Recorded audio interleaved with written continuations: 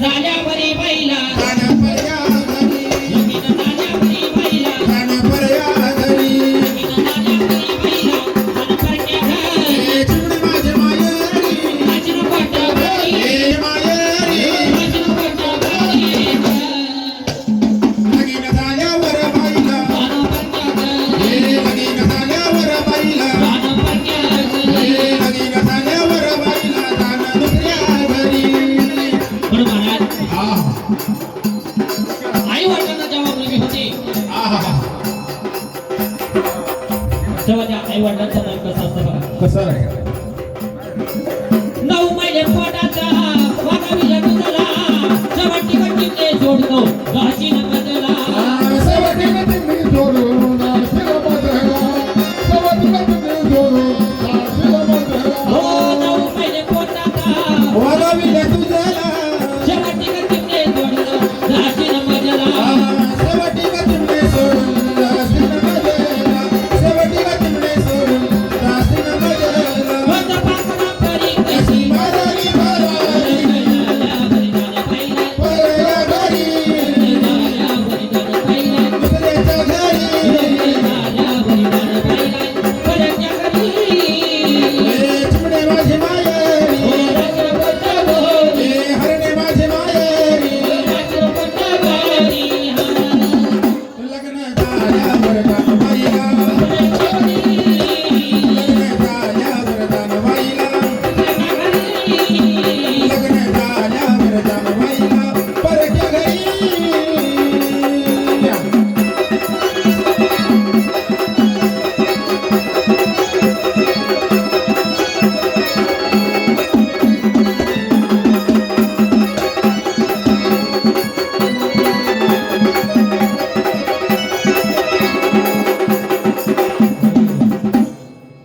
बघा आता गाण्याला सुरुवात झाली शब्दाकडे लक्ष असू द्या 9 महिने पोटाचा वागावीला तुझला शेवटी का चिमणे सोडून शिर बदला पाकऱ्या परी कशी भरारी भरारी लग्न झाल्यावरी जाणं पाहिलं परक्या घरी आई वडिलांना जेव्हा मुलगी होते आहा हळूहळू ती मुलगी वाढत जाते पाचीच्या दिवशी तिचं नामकरण केलं जातं हा हळूहळू मुलगी वाढत जाते पहिली दुसरी पाचवीच्या वर्गात जाते ज्यावेळेस मुलगी शाळेतून घरी येते आणि वाटेवरती अंगण वगैरे धरून अभ्यास करत बसते आहा तेव्हा तिचे आई वडील रानातून शेतातून घरी येतात आणि जेव्हा बघतात अरे आपली चिमणी अभ्यास करीत आहे आहा आपली दीदी अभ्यास करीत आहे हा हे बघा आई वडिलांना खूप आनंद होतो खूप आनंद ते होतो म्हणतात बघा आपलं नक्कीच नाव काढल्याशिवाय राहणार नाही आहा हळूहळू ती मुलगी 10वी 12वीची परीक्षा पास होते पास होते हळूहळू ती मुलगी वाढत जाते 12वीची परीक्षा पास होते आहा तिचे वडील असे गावामध्ये इकडे तिकडे गप्पा मित्रमंडळीमध्ये गप्पा गोष्टी मारत असतात आहा त्यावेळेस एखादा मित्र म्हणतो अरे दादा आपली मुलगी 12वी पास झाली हिचं काही लग्न बिग्न करता की नाही आहा बघा त्यावेळेस त्या वडिलांच्या डोळ्यात पाणी येतं बरं. कारण आजपर्यंत लग्नाचा शब्द हा दुसऱ्यांच्या मुलींसाठी ऐकलेला असतो ऐकलेलं असतं ज्यावेळेस स्वतःच्या मुलीसाठी ऐकतात आहा तेव्हा वडिलांचे डोळे भरून येतात बर काही न म्हणता हा त्या ठिकाणी खाली मान घालून वडील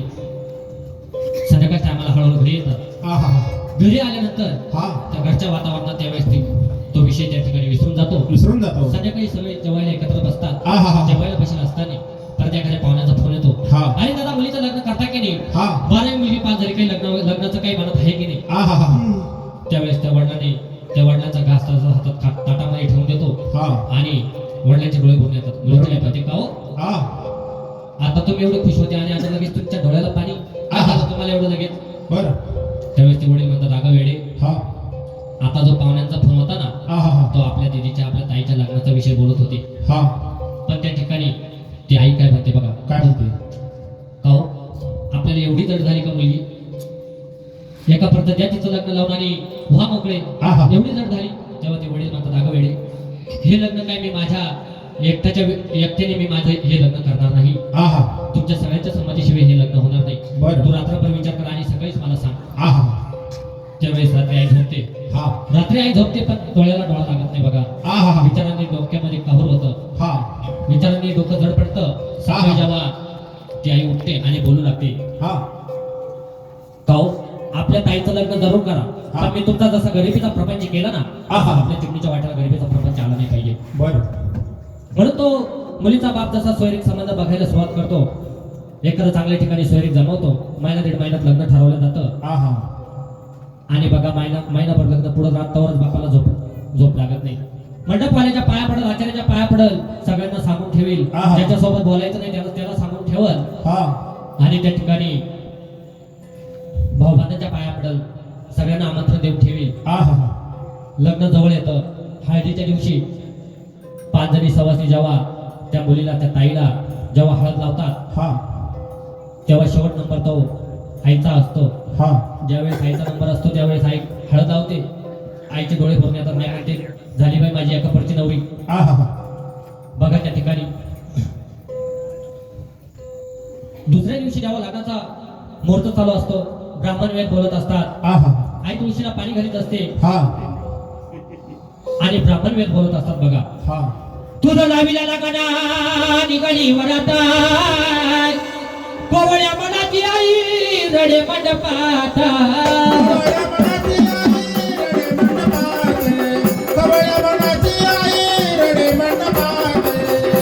तुझं लाविला लगाने निघाली वरात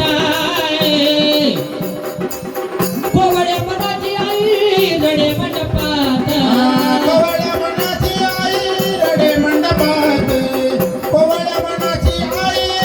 मंडपात रो तुझ्या घरी लग्न झाल्यावर जाण पाहिले झाल्यावर जाण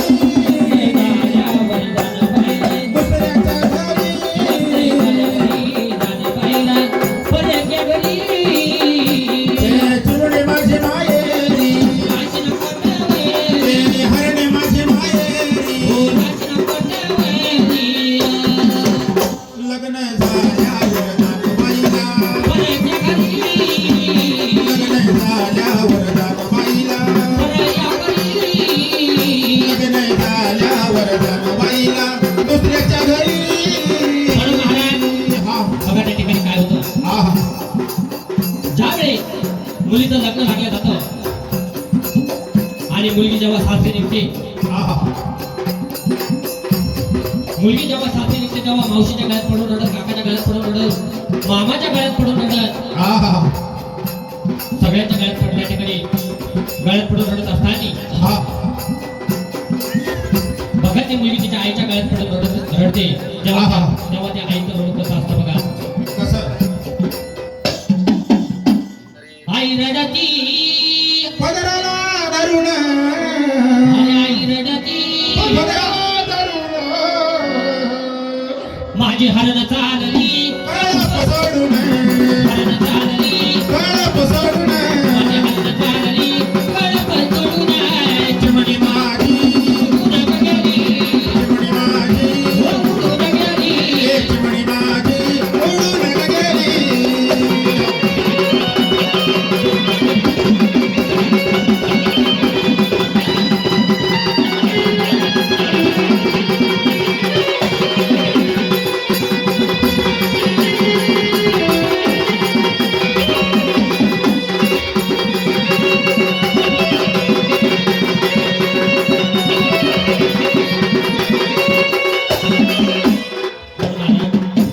बघा आहा. आईच्या गळ्यामध्ये पडून ती मुलगी रडत असते आहा. आणि त्या मुलीच्या मनामध्ये काय असतं बघा त्या मुलीचं मन कसं म्हणतं कसं तुझ्या कुशीत जन्मा भाग्याला नाही तोड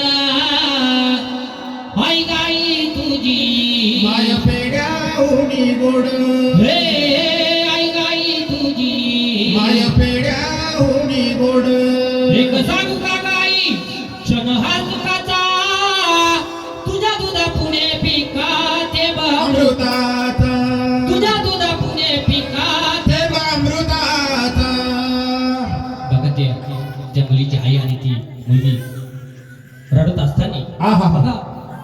आपल्या वडिलांचा आपल्या बाबाचा रडू कधी कोणाला दिसत नाही बघा बरोबर आहे आपला बाप एकटाच मंडपामध्ये एक साईडला उभा असतो हा आणि त्या मुलीने लांबूनच आपल्या वडिलांना बघितलं हा आणि वडिलांकडे धाव घेतली आणि जेव्हा मुलगी ती वडिलांच्या गळ्यात पडून रडते आहा तेव्हा त्या मुलीचं रडू कसं असतं बघा कसं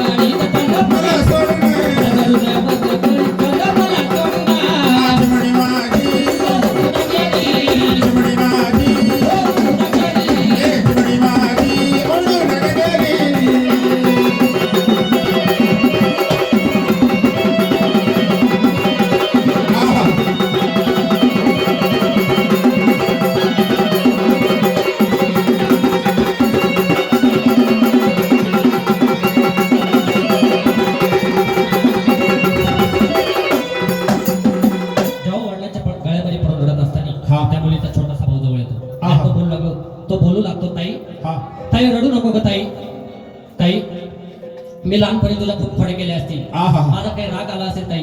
ताई रडू नको, मी तुला दिवाळी दसऱ्याला विसरणार नाही. आहा. असा तो भाऊ रडत असताना हा बघा आता आजकाल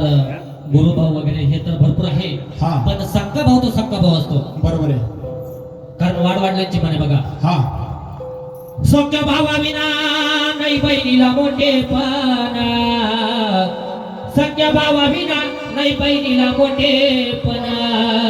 माहेराला जाती ताई आनंदाना, लाडक्या भावाला व वाळीना, तुझी सांगू बाई सांगू माझ्या नवऱ्याला समजावून, माहेराला जाती ताई आनंदाना, लाडक्या बंधूला व वाळीना. म्हणून सक्का भाऊ असतो आणि आपल्याला एकतरी सक्का भाऊ असला पाहिजे.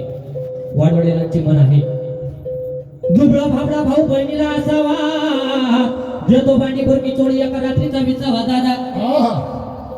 आणि अजून पण काही काही बहिणीला खूप त्रास, खूप सासरवास असतो. अजून पण आता मागे जी पुण्याची एक घटना घडली होती, टीव्हीला भरपूर दिवस ती बातमी झळकत होती. तर अशा अनेक घटना, आणि हे भावाला जेव्हा समजतं तेव्हा भावाला कळत नाही, त्याला काही दुःख होत नाही, असं काही नाही.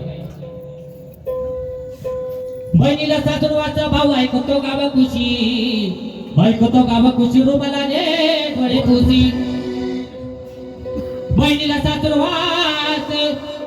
भाऊ ऐकतो चोरावानी, ऐकतो चोरावानी, अथरू टाकीतो मोरावानी. बघा अजून पण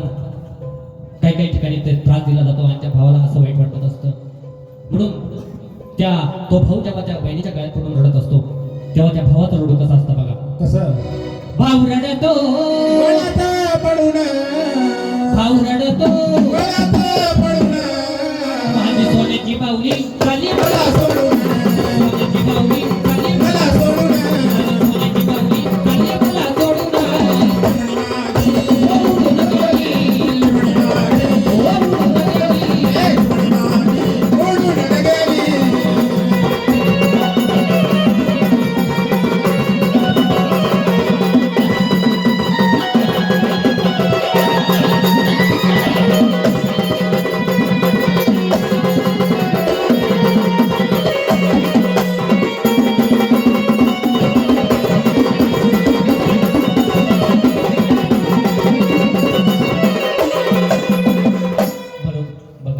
ज्यांना मुली आहे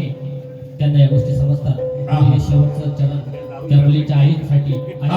ते कसं आहे बघा. कसं? मुलीच्या जातीचं काही खरं नाही, मुलीच्या जातीचं काही खरं नाही ना, ऐकून घे का माझे लेकीवाली आई,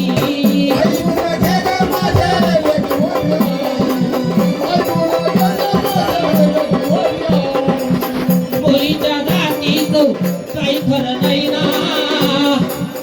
ऐकून घे का लेकीवाली आई, ऐकून घे लेकीवाली आई, ऐकून घे लेकीवाली आई, तुझ्या तुझे सुखाने संसार कर, राजा परिधान पाहिला, वळल्या घरी, दुसऱ्याच्या घरी,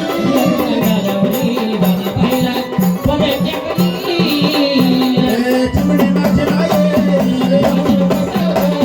हरणी माझी माये, लग्न झाल्यावर गणबाईला, लग्न झाल्यावर गणबाईला, लग्न झाल्यावर गणबाईला, दुसऱ्याच्या घरी.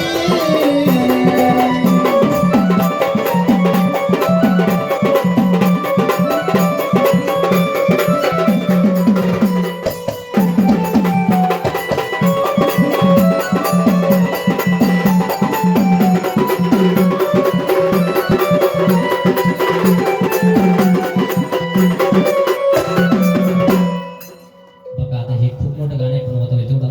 शॉर्टकट मध्ये घेतलं.